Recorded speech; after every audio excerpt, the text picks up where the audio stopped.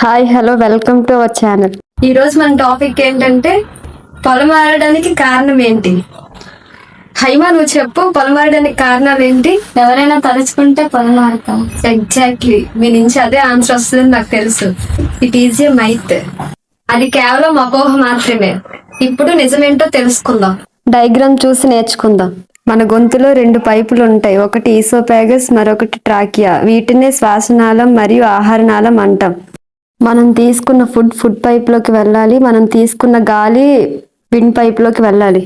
ఈ 2 పైపులను వేరు చేస్తూ మనకి ఆకు లాంటి నిర్మాణం కనిపిస్తుంది కదా, దీనినే మనం ఎపిగ్లాటిస్ అంటాం. ఈ ఎపిగ్లోటిస్ ఏం చేస్తుంది? మనం తినేటప్పుడు 2 పైపులు కలవకుండా ఈ శ్వాసనాళాన్ని మూసివేస్తుంది. ఈ శ్వాసనాళాన్ని మూసివేసి మనం తీసుకున్న ఆహారాన్ని నేరుగా ఆహార నాళంలోకి పంపిస్తుంది. ఎపిగ్లాటిస్ తమ పాత్ర పోషించినప్పటికీ మనం కొన్నిసార్లు పొలమారుతూ ఉంటాం. ఎందుకు?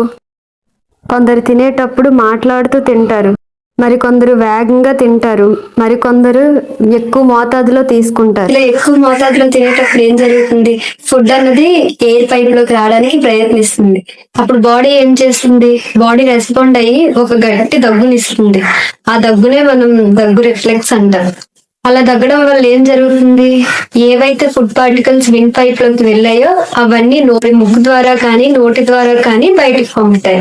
ఇంకా సింపుల్ గా చెప్పాలంటే, మనం తీసుకున్న ఆహారం ఫుడ్ పైప్ లోకి కాకుండా విండ్ పైప్ లోకి వెళ్ళినప్పుడు మనకి దగ్గు వస్తుంది. ఆ దగ్గు రావడాన్నే పొలమారడం అంటాం. మనం ఇంతవరకు డిస్కస్ చేసిన టాపిక్ నోట్స్ మొత్తం డిస్ప్లే చేస్తున్నాను, చూసి నోట్ చేసుకోండి. వీడియో నచ్చితే లైక్ చేసి షేర్ చేసి సబ్స్క్రైబ్ చేసుకోండి.